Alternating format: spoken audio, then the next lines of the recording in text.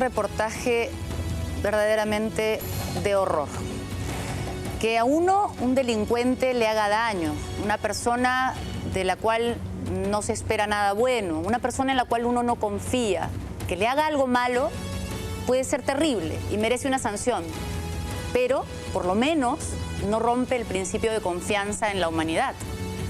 Que una persona que se supone que nos quiere, que está para hacernos el bien, que está para guiarnos y que se ha presentado como modelo ante nosotros, nos haga daño, es absolutamente imperdonable, porque no solo se da el quiebre por el acto mismo, sino el quiebre de la confianza en todo el sistema, en todo el bien. De pronto uno se pregunta, ¿en quién puedo confiar? Eso es lo que sucede en el siguiente caso. Pedro Salinas, con la ayuda de Paola Ugaz, realizaron una investigación sobre una serie de denuncias hechas por personas que se armaron de valor para denunciar actos horrendos que se habían cometido contra ellos cuando aún eran menores de edad. Actos horrendos cometidos además en nombre de la religión, lo cual es aún peor probablemente. En el siguiente reportaje de Graciela Villasís vamos a ver un recuento de algunos de los casos más terribles que narra este libro.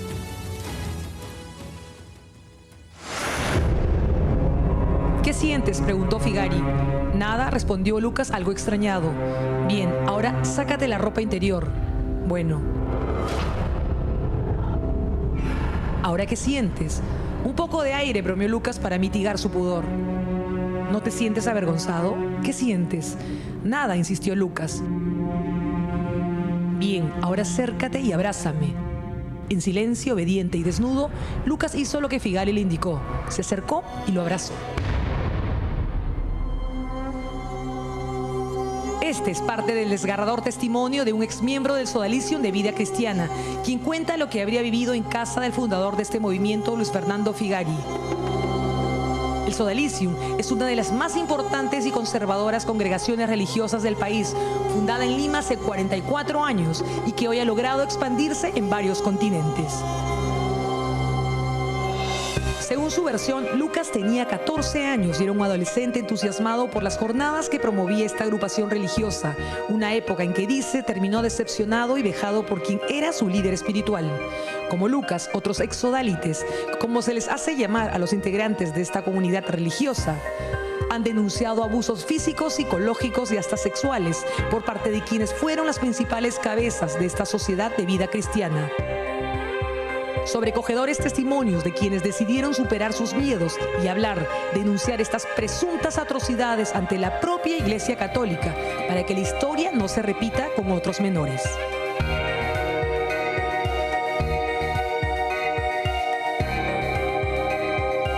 Con mucha tristeza, te digo, hemos descubierto casos que señalan a Luis Fernando Figari, fundador del Sodalicium Cristiane Vitae, como un abusador sexual, como un depredador sexual. Luis Fernando Figari Rodrigo, líder de Sodalicium, renunció en diciembre de 2010 al cargo de superior general de la comunidad. Para entonces se empezaba a conocer las primeras acusaciones de abuso sexual cometidos por parte de quien fuera su brazo derecho, el número 2 de la congregación, el hoy fallecido Germán Doig Klinge. Un escándalo que remeció los cimientos de la iglesia, pues Doig estaba en pleno proceso de beatificación en Roma. 5 años más tarde, una investigación periodística a cargo de Pedro Salinas, en colaboración con Paola Ugaz, revela nuevos y estremecedores testimonios que esta vez apuntan al propio fundador del Sodalicium. En el libro hay 5 testimonios, de los cuales 3 acusan clarísimamente a Luis Fernando sobre cómo los ha ido seduciendo con el tiempo hasta que, a través de una prueba, que no voy a explicar, digamos, porque son como estrategias de seducción medias esotéricas, caen y Figari aprovecha de esta situación y termina abusando de ellos, ¿no? Mitad monjes, mitad soldados es un libro que ha sido elaborado durante 4 años y medio y que recoge documentadamente las denuncias de abuso físico, psicológico y hasta sexual que habrían cometido Luis Fernando Figari y Germán Doig-Klinge contra los jóvenes que vivían en su comunidad religiosa. Estas son las 3 demandas que se han presentado ante el Tribunal Eclesiástico del Arzobispado de Lima a lo largo del año 2011 y se han entregado al padre Víctor Guapaya Quispe, quien preside el Tribunal Eclesiástico que modera el cardenal Juan Luis Cipriani. Hasta donde tengo entendido, por lo menos en uno de los casos, desde el 2011 hasta la fecha, ninguna autoridad local ni vaticana ha tomado contacto con esta persona. Y hasta el 2014 tampoco lo habían hecho con alguna autoridad del Sodalicium Christiane Vitae.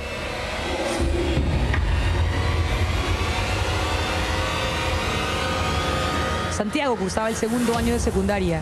Cuenta que tenía 13 años cuando conoció la comunidad Sodalicium Vida Cristiana. Él se entusiasmó rápidamente luego de que su propio líder, Luis Fernando Figari, le dijera que él había sido el elegido por el Señor para algo más grande. Santiago le creyó. Figari se reunía, según relata Santiago, con un grupo selecto de jóvenes a quienes entrenaba en técnicas de yoga, en el desarrollo de la energía mística y el control mental. Cuando Santiago cursó el 5º año de secundaria, asegura que Figari lo citó en su vivienda ubicada en la calle La Pinta 130 en San Isidro, muy cerca al Olivar.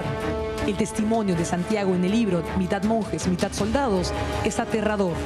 En esta vivienda, su líder espiritual lo sodomizó.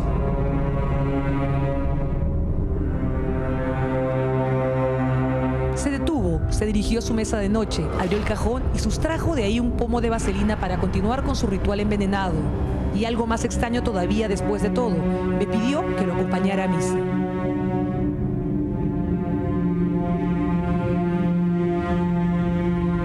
Lucas tenía 14 años cuando se unió al Sodalicium. Le encantaban los varios retiros de reflexión que organizaba el propio Luis Fernando Figari. Le entusiasmaban las jornadas del fin de semana, los juegos de fútbol y campamentos que vinieron después. Cuando Figari lo citó a su casa, sintió una enorme satisfacción. Era su guía espiritual. Pero entonces, toda la admiración que había sentido por él se esfumó. Esto habría ocurrido en una de las sesiones de consejería en que le habría pedido que se desvistiera como parte de un método de autovaloración.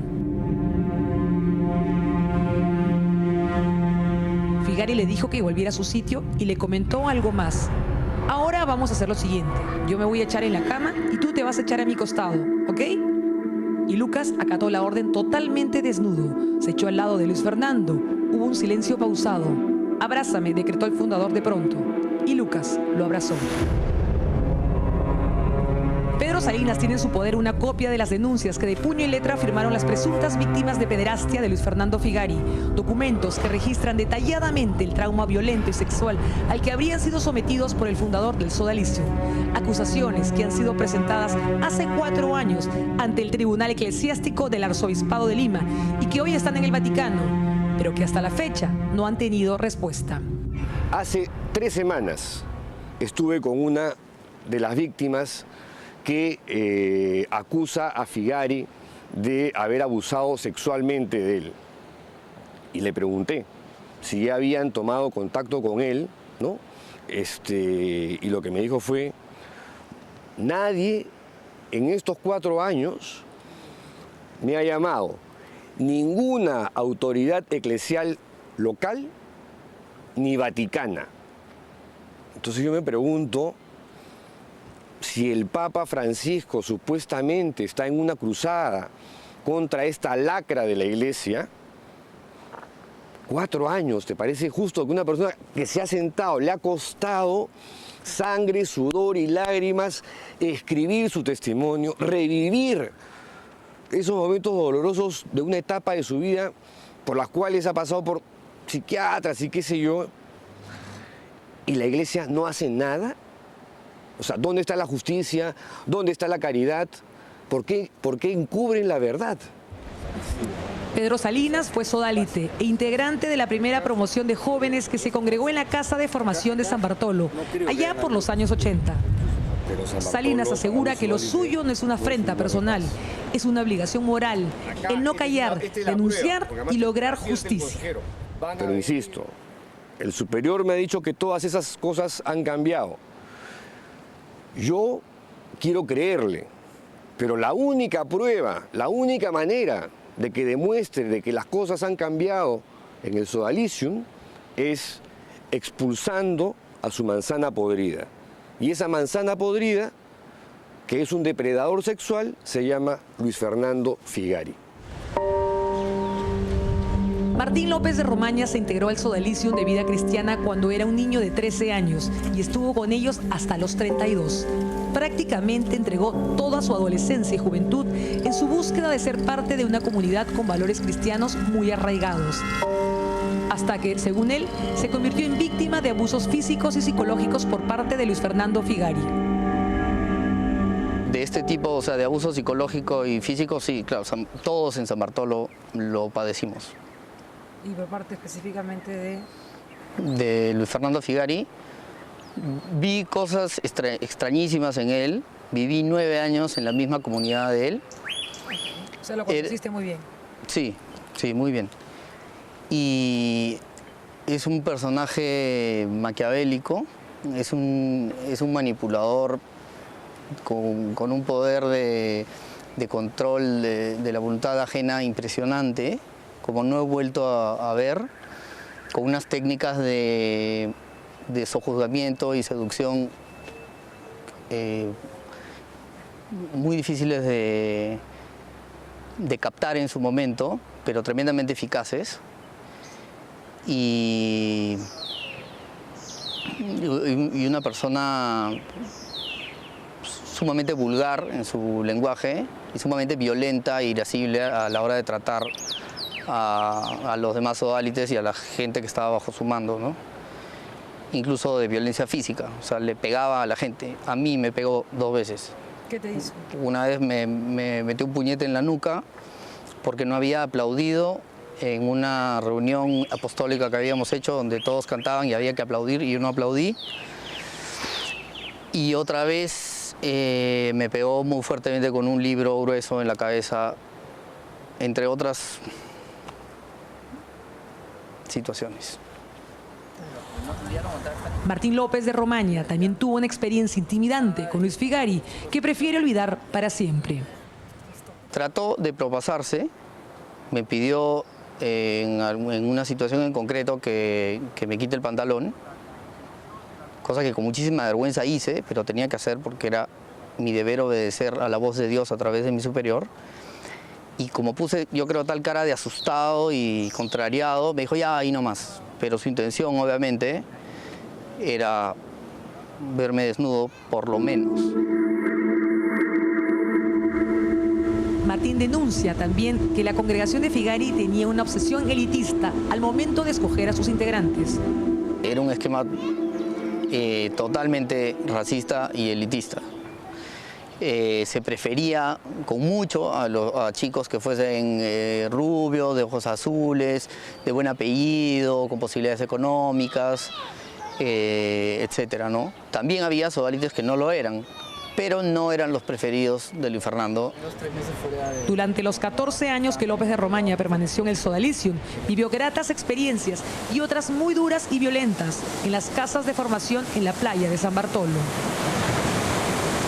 La exigencia física era sumamente fuerte, nadábamos a las 6 de la mañana en invierno, sin wetsuit, durante horas.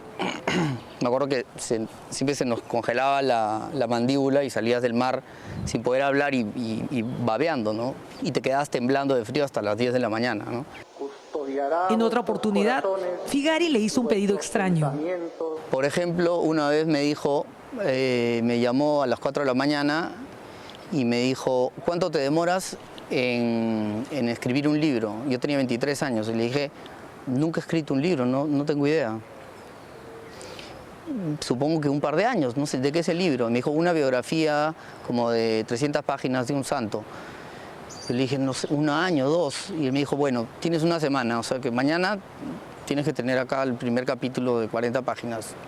y durante la semana a las 4 de la mañana lo iba a ver y le llevaba las 40 páginas del libro. No dormí, no comí, no recé, no hice nada, solo hice el libro. El libro es una porquería, obviamente.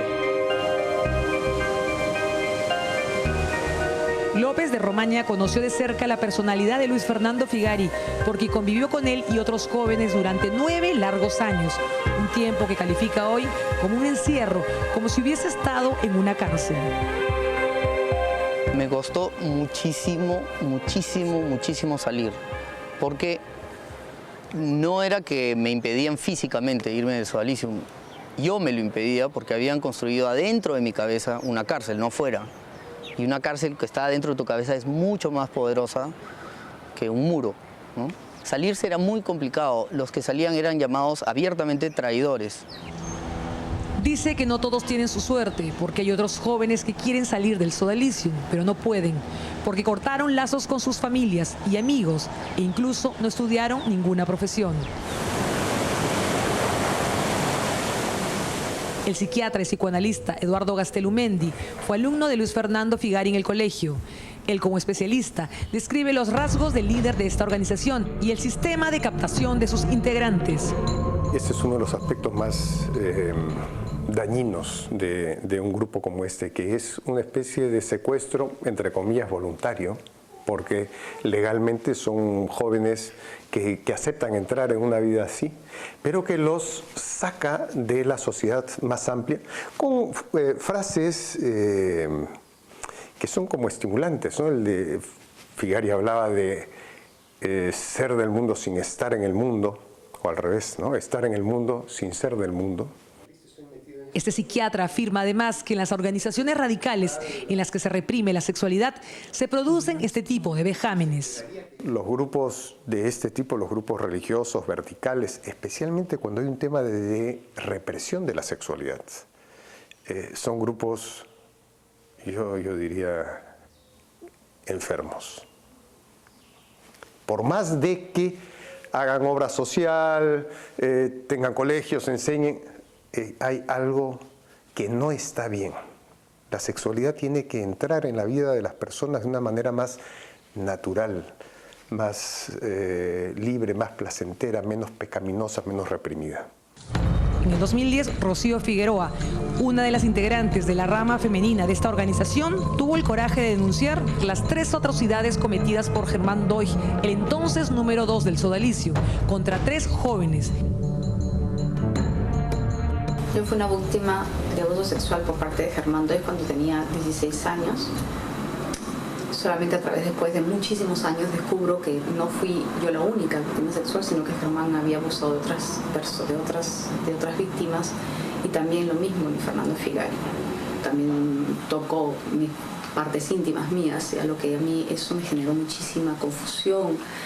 Me acuerdo que me chocó, me sentí culpable, me sentí mal, me sentí avergonzada. Le dije que se detuviera, que no lo hiciera más.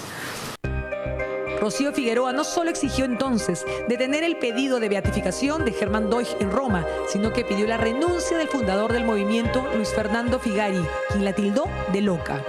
No ha habido una justicia, no se ha generado, ellos han pedido un juicio canónico contra Figari, y este juicio no se ha realizado porque ellos no han sido llamados a testificar, por lo tanto han pasado 4 años y la causa ha dormido el sueño de los justos, tanto en el Tribunal Eclesiástico de Lima como en Roma. Hoy nadie da razón sobre el paradero de Luis Figari, el hombre que ha sido acusado de abuso sexual por varios exmiembros de su comunidad. Se dice que estaría en Roma en una casa de retiro espiritual. En su vivienda ubicada en San Isidro no saben nada de él. Y las actuales autoridades del Sodalicio, a quienes buscamos para este reportaje, se negaron a pronunciarse sobre este delicado tema. De comprobarse todas las denuncias contra Luis Fernando Figari, su historia solo sería comparable con las atrocidades cometidas en nombre de Dios por agresores sexuales con sotana, como Marcial Maciel, fundador de los Legionarios de Cristo en México, y el llamado cura de los ricos en Chile, Fernando Caradima, a quienes las propias víctimas los acusaron de haberlos violado. La religión, dicen, bueno, hemos crecido en esta religión esto es lo que hay que hacer, esto es lo correcto, y si este es un grupo religioso, además Figari tiene fotos con el Papa o con los papas, no sé, entonces es casi entrego a mis hijos con confianza. Grave error del padre que deja en manos de alguien que no conoce. O sea, es un padre infantil. Es un padre infantil que dice, bueno, eduquen a mi hijo ustedes. Uno tiene que estar presente como padre en la educación, cercano, atento. El Sodalicium es una organización católica ultraconservadora, muy poderosa, que hoy se ha expandido por el mundo entero. Esta vez pareciera que en vez de buscar la verdad, estarían tratando de sepultarla.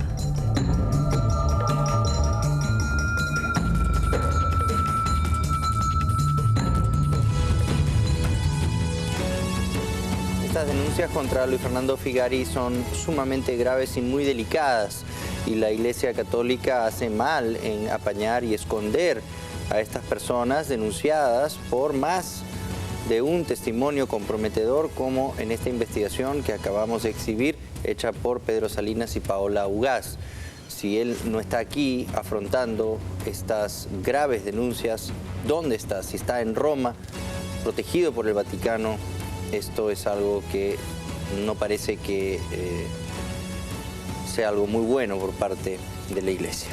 De verdad, sabemos que como en todas las instituciones, en la Iglesia hay muchísima gente buena y también hay gente mala, sucede en todas partes, pero es importante que las personas correctas y las personas que rechazan esto profundamente, como tiene que ser rechazado, salgan y apoyen a quienes lo denuncian y no apoyen al denunciado, que no lo escondan. Es importante que quienes han hecho sus denuncias hace 4 años tengan respuestas. Es absolutamente imperdonable que ni siquiera se hayan comunicado con ellos para decirles qué se está haciendo con su denuncia, si se está haciendo caso, si se está investigando, si se está buscando una manera de reparar el profundo daño que se les ha causado. Y es sumamente importante recordar también que esto es totalmente contrario al mensaje de la Iglesia cristiana y católica. Es más, hay una cita específica de Jesucristo donde dice que quien le haga daño, quien escandalice a un niño, más le valdría colgarse una piedra de molino y que lo tiren al mar. Es decir, más le valdría que se pudra en el infierno, si es que creen en el infierno. Pero el asunto es que esto no es el cristianismo. Estos son pervertidos, estos son personas miserables que merecen que caiga sobre ellos todo el peso de la ley, todo el repudio de la sociedad, y que los ojos de los buenos en la Iglesia los miren fijamente y los muestren ante la sociedad como son. Vamos a hacer una pausa y volvemos con esto.